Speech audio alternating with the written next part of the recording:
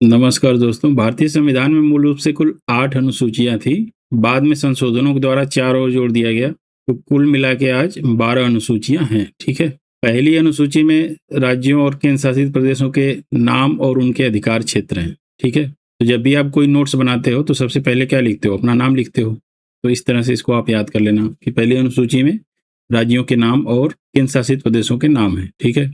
दूसरी अनुसूची में मुख्य संवैधानिक पदाधिकारियों के वेतन और भत्ते तथा विशेषाधिकार हैं। ठीक है। तो जो वेतन और भत्ता होता है ये लीगल पैसा होता है, ये कोई 2 नंबर का पैसा नहीं होता। ठीक है। इस तरह से आप याद रखना कि 2 नंबर का पैसा नहीं है। तो ये दूसरी अनुसूची में वेतन, भत्ते, विशेषाधिकार ये सब है। तीसरी अनुसूची की बात करें तो इसमें जो उम्मीदवार होते हैं या पदाधिकारी होते हैं उनके द्वारा जो शपथ ली जाती है उसके बारे में है। तो इसमें आप ध्यान रखेंगे कि जब भी ये लोग शपथ लेंगे तो किसी त्रिशूल के ऊपर हाथ रख के लेंगे। ठीक है। तो इससे आपको याद हो जाएगा कि ये तीसरी अनुसूची में है। चौथी अनुसूची की बात करें तो इसमें राज्यसभा में राज्यों और केंद्र शासित प्रदेशों के लिए सीटों का आवंटन है। तो सीटों का आवंटन है राज्यसभा में, तो कोई भी कैंडिडेट जब बैठेगा तो चेयर पे ही बैठेगा, और चेयर में कितने पाए होते हैं? तो 4 पाए होते हैं। तो ये चौथी अनुसूची आप इससे याद कर लेना। ठीक है। पांचवी की बात करें तो शेड्यूल्ड एरियाज और अनुसूचित जातियों के प्रशासन व नियंत्रण से संबंधित प्रावधान है इसमें। हर 5 साल में चुनाव होता है, तभी अनुसूचित जातियों के बारे में, जनजातियों के बारे में बात होती है या उनके विकास की बात होती है। इससे आप याद रख लेना कि 5वीं अनुसूची में अनुसूचित जनजातियों के प्रशासन और नियंत्रण से संबंधित प्रावधान है जो शेड्यूल्ड एरिया है उसमें। ठीक है।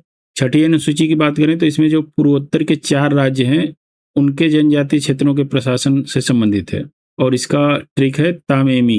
तामेमी त्रिपुरा, असम, मेघालय और मिजोरम।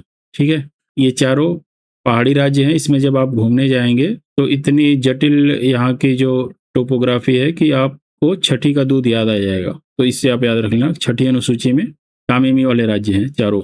7वीं अनुसूची की बात करें तो केंद्र और राज्यों के बीच शक्तियों का स्पष्ट विभाजन किया गया है संघ सूची, राज्य सूची, समवर्ती सूची में। तो संघ और राज्य एक साथ तभी रहेंगे जब इनके बीच शक्तियों का स्पष्ट विभाजन हो, यानी 7-7। इससे आप याद रखना, 7-7-7-7 ऐसे कर लेना।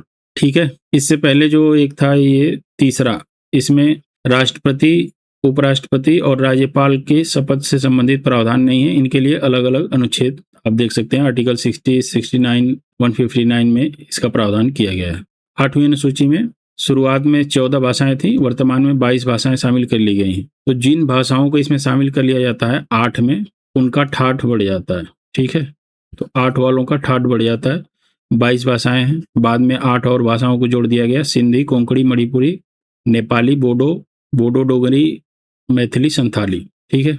9th शेड्यूल जो है ये भूमि सुधार जमींदारी प्रथा के उन्मूलन से संबंधित था, और इसे जुडिशियल रिव्यू से बचाने के लिए संसद ने बनाया था। यानी कि इसमें जो विषय शामिल कर लिए जाते थे उनकी न्यायिक समीक्षा कोर्ट नहीं कर पाता था। लेकिन कोएल्हो केस के बाद 24 अप्रैल 1973 के बाद जो विषय इसमें शामिल किए गए हैं उनका जुडिशियल रिव्यू हो सकता है। यानी कि ये मूल रूप से बनाया गया था जुडिशियल रिव्यू को नो करने के लिए। तो नो से नो कुछ आप ऐसे याद रख सकते हैं। 10वीं की बात करें तो इसमें दल बदल विरोधी कानून जो कि 52वां संशोधन से लाया गया था उससे संबंधित है। यानी कि दल बदल अब बस अब नहीं कर सकते, यानी बस 10 इस तरह से। 11वीं अनुसूची और 12वीं को आप ऐसे याद रख लेना कि कोई स्टूडेंट है जो पढ़ता है गांव में, तो 11वीं में तो वो खूब पंचायतों में घूमता है, मौज करता है, लेकिन जैसे ही 12वीं आता है उसका तो वो शहर में जाके कोचिंग ज्वाइन कर लेता है और सीरियस हो जाता है। तो 11वीं पंचायती राज से संबंधित है और 12वीं नगर पालिकाओं से संबंधित है। ठीक है। ये 73वां संशोधन 1992 से जोड़ा गया था और 74वां संशोधन 1992 से 12वीं।